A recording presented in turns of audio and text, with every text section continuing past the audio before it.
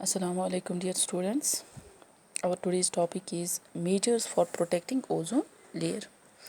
As we have discussed earlier about the ozone layer depletion, its causes and impacts. Now we'll see what are various measures for the protection of this ozone layer. We can protect our ozone layer by taking the following measures. First, we have to avoid the consumption of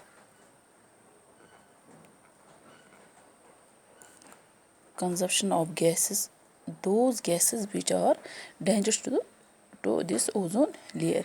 Secondly, we have to minimize the use of cars. जो automobiles को हमें कम से कम use करना है ताकि जो CFCs है वो ज़्यादा रिलीज ना हो, एमिट ना हो. And we have not use such cleaning products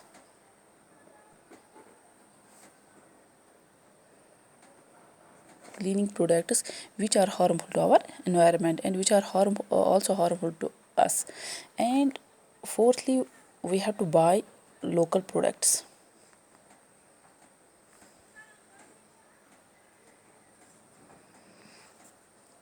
So it's fifthly, we have to maintain air conditioners.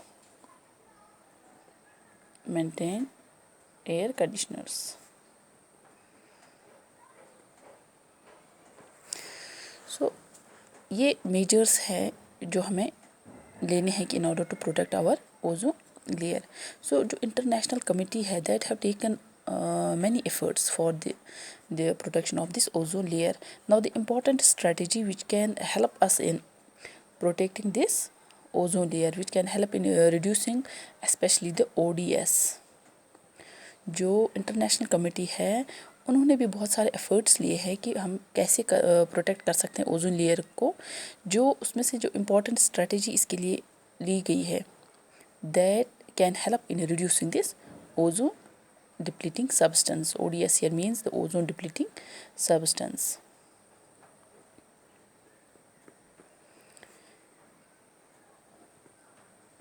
Ozone depleting substances. So एक एग्रीमेंट बनाया गया इसके लिए जिससे हम ओजोन डिप्लीटिंग सब्सटेंस को रिड्यूस कर सकते हैं. That agreement is named as Montreal protocol.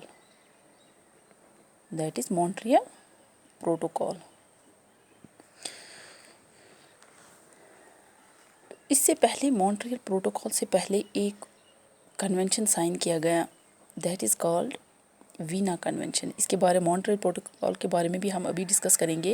लेकिन हम यहाँ पर बता दें कि जो वीना कन्वेंशन है ये भी एक एग्रीमेंट साइन किया गया था for the protection of this ozone layer.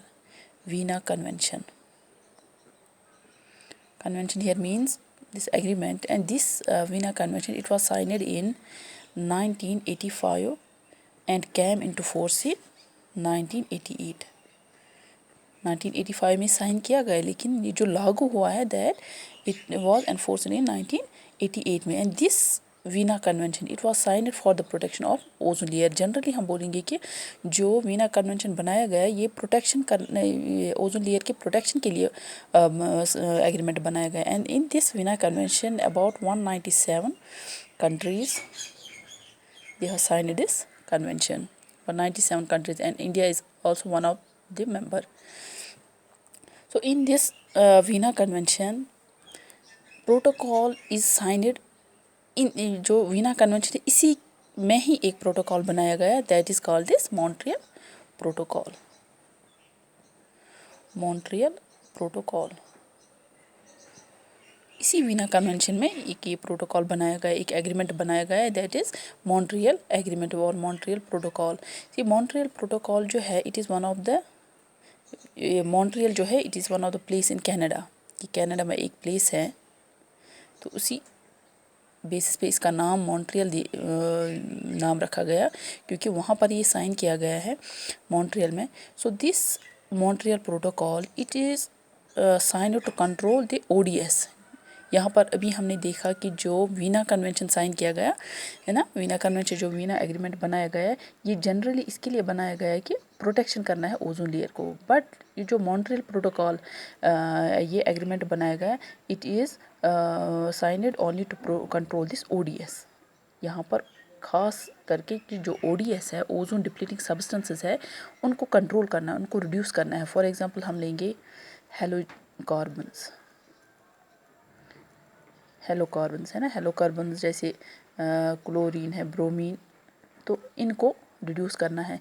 इसी तरह CFCs जो है, इनको रिड्यूस करना है। सो मॉन्ट्रियल प्रोटोकॉल जो है, it came into this, it was signed firstly in 1987 and it came into force in 1989। क्योंकि जो वीना कन्वेंशन है, वीना कन्वेंशन 1985 में साइन किया गया, क्योंकि ये मॉन्ट्रियल प्रोटोकॉल वीना कन्वेंशन में ही बनाया गया, तो 1987 में ये साइन किया गया। But this Vienna convention it came into force in 1988 and this Montreal protocol it came into force in 1989। तो ये मॉन्ट्रियल प्रोटोकॉल जो साइन किया गया, इट वाज फॉर कंट्रोलिंग और for reducing this ozone depleting substances. तो Vienna convention generally बनाया गया था for the protection of ozone layer. So this Montreal protocol, it is the protocol to Vienna convention.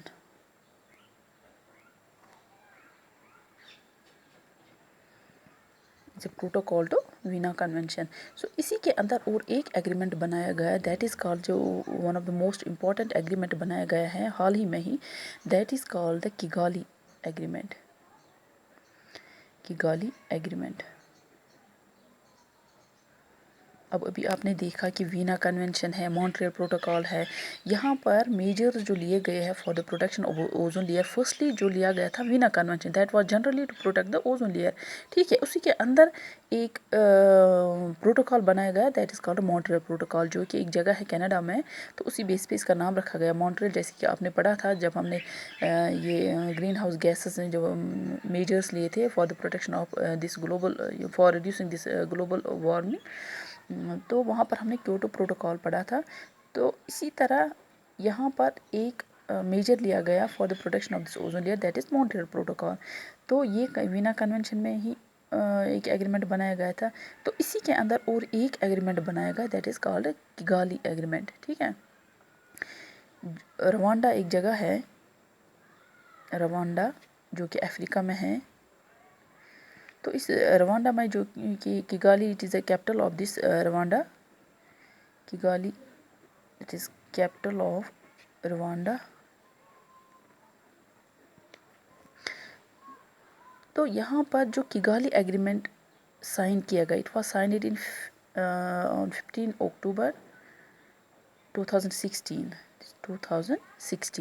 तो ये 15 अक्टूबर 2016 में साइन किया गया and it came into force in 2019, that is on 1 जनवरी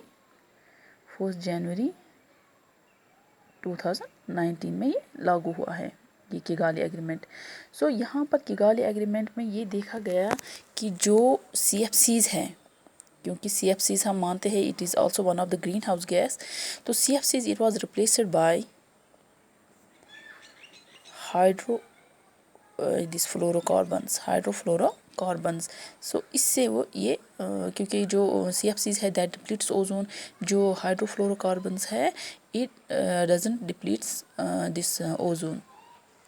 क्योंकि अगर हम देखते हैं कि जो ये है हाइड्रोफ्लोरोकार्बन्स है, जो हेलोकार्बन्स हैं वो ये डिप्लीट कर सकते हैं ओजोन लेयर को, तो यहाँ पर ये ओजोन लेयर डिप्लीट नहीं कर सकते हैं, इसीलिए ये CFCs रिप्लेस किए गए हैं हाइड्रोफ्लोरोकार्बन से। सो इंडिया जो है उन्होंने कहा कि हम इस क्योटो प्रोटोकॉल में इसको डिस्कस कर सकते हैं, क्योंकि जो CFCs हैं ये ग्रीन हाउस गैस है, तो हम इसको क्योटो प्रोटोकॉल में ही डिस्कस करेंगे। लेकिन जो बाकी कंट्रीज़ हैं उन्होंने इसको किगाली एग्रीमेंट को साइन किया गया, तो फिर इंडिया भी मजबूर हो गया, उसने भी इस पर साइन किया गया, क्योंकि किगाली एग्रीमेंट जो है ये अमेंडमेंट है किसका, मॉन्ट्रियल प्रोटोकॉल का। मॉन्ट्रियल प्रोटोकॉल में हमने देखा कि ओडीएस को रिड्यूस करना है, तो ये किगाली एग्रीमेंट एक अमेंडमेंट है इसी मॉन्ट्रियल प्रोटोकॉल में। तो यहाँ पर बोला गया कि जो CFCs है उनको रिप्लेस करना है बाय द हाइड्रोफ्लोरोकार्बन्स। ठीक है, तो जो ये इंडिया है, India has also signed this Kigali agreement because India has given the least target. उनको ज़्यादा टारगेट्स नहीं दिए गए हैं, इसलिए वो उन्होंने अच्छे से इसको साइन किया। अब जो ये किगाली एग्रीमेंट है, that is this Kigali agreement. In this agreement, that is in this Kigali agreement, जो कंट्रीज़ है they are divided into 3 groups. Countries are divided into 3 groups. अब 3 ग्रुप्स में इसको डिवाइड किया गया है, क्योंकि किगाली एग्रीमेंट में देखना है कि जो हाइड्रोफ्लोरोकार्बन्स है कितना क्या रिडक्शन करना है, जैसे वो कंट्री, डिफरेंट कंट्रीज़ को, क्योंकि इसमें डेवलप्ड भी देखने हैं, ये डेवलपिंग कंट्रीज़ भी देखने हैं। तो यहाँ पर फर्स्ट ग्रुप बनाया गया, फर्स्ट ग्रुप जो कंट्री का है that is for developed countries. इस फर्स्ट ग्रुप में डेवलप्ड कंट्रीज़ को रखा गया। ठीक है, फॉर एग्जांपल हम लेंगे यूएसए। तो यूएसए जो है इस डेवलप्ड कंट्री को जो हाइड्रोफ्लोरोकार्बन्स इनको काम करने हैं, और ये जो हाइड्रोफ्लोरोकार्बन्स है इनको फेज़ आउट करने हैं, दैट इज़ ख़त्म करने हैं इनको, ये हाइड्रोफ्लोरोकार्बन्स अप टू 2019। इनको ये फर्स्ट ग्रुप में बताया गया इन डेवलप्ड कंट्रीज़ को कि आप ये हाइड्रोफ्लोरोकार्बन्स को ख़त्म ही कर दो, फेज़ आउट कर दो अप टू 2019। पर उनको ये भी बोला गया कि जो 15% ऑफ 2012 लेवल जो ये परसेंटेज है इनकी हाइड्रोफ्लोरोकार्बन्स की, उनको रिड्यूस करना है बाय 2034। वहाँ तक इनको ये ख़त्म करने हैं। 15% उनको जिस हिसाब से जो 2012 में इनके जो परसेंटेज हैं इस हाइड्रोफ्लोरोकार्बन्स के, उस हिसाब से उनको वो 2034 तक उनको ख़त्म ही करना है, रिड्यूस करने हैं। सेकंड जो ग्रुप बनाया गया कंट्रीज़ का, that was for emerging economic countries,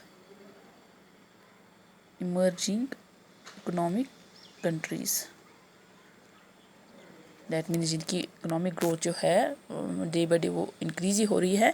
for example हम इसमें देंगे चाइना है, ब्राज़ील हैं। तो इनको भी बोला गया है कि जो हाइड्रोफ्लोरोकार्बन्स हैं, इनको वो रिड्यूस करने हैं up to 2024। they have to phase out these hydrofluorocarbons up to 2024। so इनको भी इस हिसाब से देखना है कि जो 20% है, 20% of 2020 levels, that is 2020 level में जो इनको परसेंटेज है इन हाइड्रोफ्लोरोकार्बन्स की, दैट इज़ 20% इनको रिड्यूस करने हैं बाय दिस 2045 तक इनको ये रिड्यूस करने हैं इन हाइड्रोफ्लोरोकार्बन्स की लेवल। थर्ड जो ग्रुप रखा गया कंट्रीज़ का, ये हम बात करें कि किगाली एग्रीमेंट में जो ग्रुपिंग हो गई इन कंट्रीज़ की, थर्ड ग्रुप जो था that was for developing countries, जिसमें हम आ रहे हैं developing countries, that is India है, पाकिस्तान है। ठीक है, तो इन डेवलपिंग कंट्रीज़ के लिए ये बताया गया कि जो हाइड्रोफ्लोरोकार्बन्स हैं they have to reduce they have to phase out these hydrofluorocarbons up to 2028 तक इनको ये ख़त्म करने हैं। And also the 15% of this 2024 से 2026 तक जो लेवल्स रहे हैं इन हाइड्रोफ्लोरोकार्बन्स के, उनको रिड्यूस करना है बाय दीज 2047 तक। दैट मीन्स इनको इस हिसाब से रिडक्शन करनी है हाइड्रोफ्लोरोकार्बन्स की। अब हम देखते हैं जो ओवरऑल हाइड्रोफ्लोरोकार्बन्स की जो कंसंट्रेशन है, हाइड्रोफ्लोरोकार्बन्स की जो ये ओवरऑल रिडक्शन जो है इनकी, तो that will be 80 to 85%, 80 to 85% कम कर सकते हैं, रिडक्शन हो सकते हैं हाइड्रोफ्लोरोकार्बन्स की अप टू 2045। अगर हम देखेंगे इस हिसाब से, जिस हिसाब से हमने परसेंटेज रखी कि किस कंट्री को, चाहे डेवलप्ड कंट्रीज हो, चाहे डेवलपिंग कंट्रीज, चाहे इमर्जिंग इकोनॉमिक कंट्रीज हो, अगर वो इस हिसाब से परसेंटेज रिड्यूस कर सकते हैं इन हाइड्रोफ्लोरोकार्बन्स की, दैट मीन्स ओवरऑल जो रिडक्शन है, ओवरऑल रिडक्शन जो है इन हाइड्रोफ्लोरोकार्बन्स की, that will be 80 to 85% by 2045 तक हम देख सकते हैं 85% तक हम रिड्यूस कर सकते हैं hydro, that means global warming भी हम कम कर सकते हैं और जो ओजोन लेयर डिप्लीशन है उसको भी हम कम कर सकते हैं। तो ये है about this measures for this protecting the ozone layer, that is जो मेन है इसमें, दैट इज़ मॉन्ट्रियल प्रोटोकॉल। ये एक एग्रीमेंट हमने लिया है जिसके अंदर ही एक एग्रीमेंट लिया गया है, दैट इज़ किगाली एग्रीमेंट। तो इस हिसाब से रिडक्शन करने हमें इन ODS की। तो थैंक यू।